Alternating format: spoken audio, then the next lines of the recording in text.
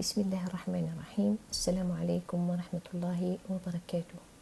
اللهم صل وسلم وبارك على سيدنا محمد وعلى آله وصحبه أجمعين. اللهم علمنا ما ينفعنا وانفعنا بما علمتنا وزدنا علما. اللهم إني أسألك علما نافعا ورزقا طيبا وعملا متقبلا. الدرس التاسع. اليوم لدينا القراءة.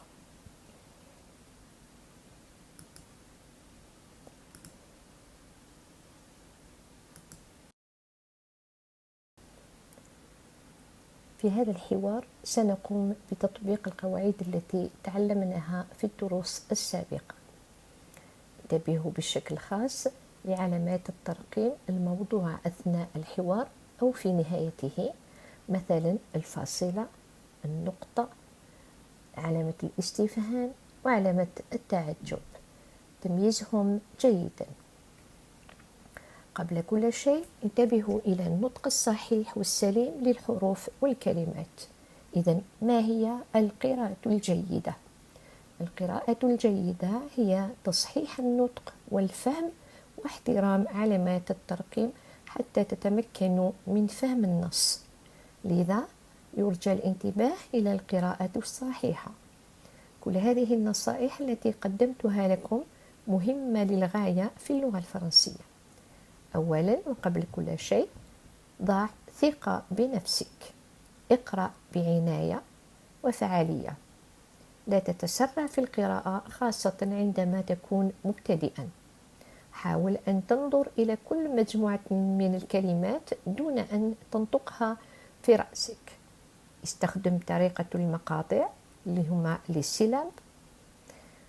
أولا اقرأ المقطع الأول ثم الثاني. ثانيا اربط المقطع الأول بالمقطع الثاني ثم اقرأهما معا. ثالثا اقرأ المقطع الثالث وحده، أضفه لأول مقطعين وشكل كلمتك. القراءة بالصوت عال تحسن النطق والفهم كلمات وتثري الذاكرة وتبني الثقة بالنفس. وفقكم وأعانكم الله إلى ما فيه الخير والصلاح.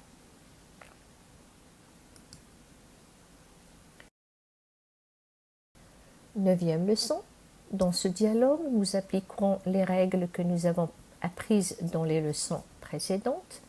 Portez une attention particulière aux signes de ponctuation placés pendant la ou à la fin du dialogue, par exemple la virgule, le point d'interrogation et le point d'exclamation. Surtout, faites attention à la prononciation correcte et appropriée des lettres et des mots. Qu'est-ce qu'une bonne lecture? Alors, une bonne lecture se base toujours sur la bonne prononciation. Donc, une bonne lecture, c'est une prononciation correcte, compréhension et respect de la ponctuation. J'insiste beaucoup sur le respect de la ponctuation, c'est très important.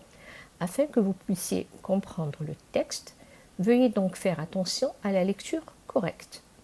Tous ces conseils que je vous donne sont très importants dans la langue française. Tout d'abord, avoir confiance en soi-même. Lire attentivement et efficacement. Ne vous précipitez pas dans la lecture pour éviter les fautes et mauvaises prononciations, surtout quand on est débutant. Essayez de regarder, mémoriser chaque groupe de mots dans votre tête sans les dire.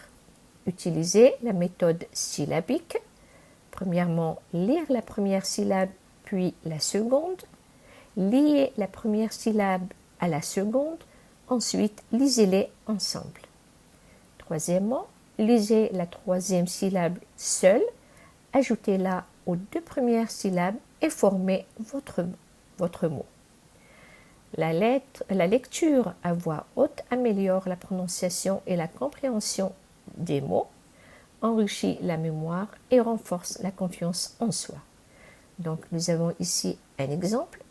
Nous avons un mot qui est victoire. Donc victoire est constitué de 3 syllabes. Donc on a une syllabe, deuxième syllabe et la troisième syllabe. Donc comme je vous ai dit tout à l'heure, lire la première syllabe, lire la première syllabe puis la seconde. Donc on lit la première syllabe, Vic. Ensuite, on lit la deuxième syllabe qui est toi, d'accord? Ensuite, liez la première syllabe à la seconde. Donc, liez la première syllabe à la seconde. Ensuite, lisez-les ensemble. Donc, Vic, toi. Première syllabe, deuxième syllabe. Si on les relie, on va lire Vic, toi. Donc, la troisième syllabe, qui est le re, d'accord? Donc, on te dit dans la troisième étape, lisez la troisième syllabe seule, donc re, ajoutez-la aux deux premières syllabes et formez votre mot. Donc, on l'ajoute aux deux premières syllabes qu'on a déjà collées ici, victoire.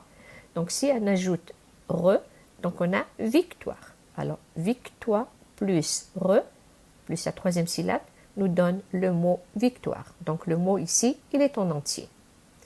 Si vous suivez cette méthode, vous allez réussir dans la lecture en français. Donc, c'est mon souhait que vous fassiez ce que je vous ai dit. Si vous suivez cet exemple, ça va être vraiment facile pour vous de lire en français. Inch'Allah. Donc, on passe au dialogue. Donc, dans le dialogue, on a deux personnages. On a Madame Lemonnier et Monsieur Alexandre. Donc, faites attention, j'ai bien précisé que dans le dialogue, il y aura beaucoup de signes, de ponctuation. Donc, il y a la virgule, le point d'exclamation, le point d'interrogation, le point, etc. Donc, vous faites attention à la ponctuation. C'est très important dans la lecture. Donc, on va commencer, Inch'Allah, le dialogue. Donc, Madame Lemonnier. Donc, j'ai dit qu'il y avait deux personnages. Donc, Madame Lemonnier. Tiens, Alexandre, bonjour, comment allez-vous? Alexandre, bien, merci. Et vous? Madame Lemonnier, bien, merci. Alors, quoi de neuf? Alexandre, eh bien, je travaille maintenant.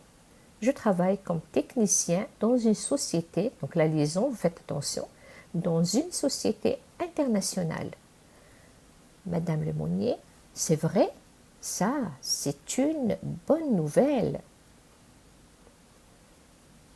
Et vous êtes content? Et vous êtes content de votre travail? Alexandre, oui, j'aime bien mon travail, c'est intéressant. Madame Lemonnier, si c'est une société internationale, vous parlez l'anglais, alors? Alexandre, oui, bien sûr, je parle l'anglais. C'est indispensable maintenant. Madame Lemonnier, vous travaillez beaucoup? Alexandre, oh oui, je travaille énormément. Madame Lemonnier, excellente nouvelle, ça change un peu. Dites-moi, qu'est-ce que vous aimez dans votre travail? Donc on va continuer le dialogue.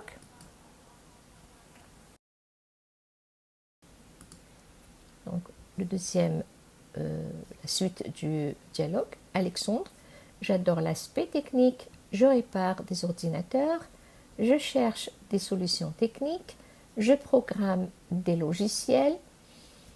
Madame Lemonnier, vous aimez vraiment l'informatique, vous? Moi, je déteste ça. Et vous travaillez loin d'ici? Vous commencez tôt le matin? Alexandre, non, je ne travaille pas loin d'ici. Je commence à 9 heures, comme tout le monde.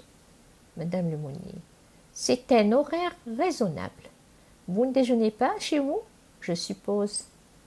Alexandre, non, je déjeune à la cantine avec mes collègues. Madame Lemonnier, qu'est-ce que vous mangez là-bas? C'est bon? Alexandre, oh, je mange simplement un steak, un poisson. Oui, c'est assez bon. Madame Lemonnier, au fait, est-ce que vous jouez toujours au basket? Alexandre, oui, je joue au basket tous les samedis et je continue à faire du jogging. Et vous, vous habitez toujours dans le quartier? Non, je n'habite plus ici. Maintenant, j'habite dans le nouveau quartier de la colline. Mais je travaille toujours ici. Alexandre, bon, eh bien au revoir, à la prochaine fois. Madame Lemonnier, au revoir Alexandre, bonne continuation. Donc on a fini avec le texte. Dans la page suivante, nous avons mon dictionnaire. Donc mon dictionnaire, قاموسي. Donc ici, nous avons les mots en français traduits en arabe. Il y a même des phrases qui sont traduites en arabe. Donc هنا عندنا الكلمات باللغة الفرنسية ترجمت باللغة العربية بإذن الله. إذن كل الكلمات الجديدة التي شفتوها اليوم إن شاء الله تلقاوها هنا في هذه الصفحة اللي هي قاموسي mon dictionnaire. Donc vous allez voir tout est traduit ici. إذا فيه أي تعليق أو أي سؤال أرجوكم يعني طرحوا سؤالكم أو تعلقوا على الدرس اليوم. بارك الله فيكم. وكملنا الدرس اليوم إن شاء الله بإذن الله تعالى. إذا nous avons terminé notre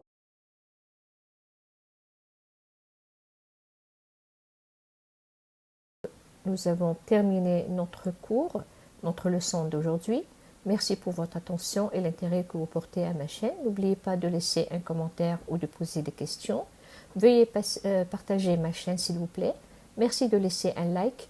Nous vous retrouverons dans les prochaines leçons إن شاء الله. شكرا لانتباهكم واهتمامكم لقناة يوتيوب. رجاء لا تنسوا الإعجاب بالصفحة وترك التعليق لنا وتفعيل الجرس لتصلكم منشوراتنا القادمة بإذن الله. يرجى مشاركة الصفحة. سوف نلتقي في الدرس القادم إن شاء الله. سبحانك اللهم وبحمدك أشهد أن لا إله إلا أنت أستغفرك وأتوب إليك.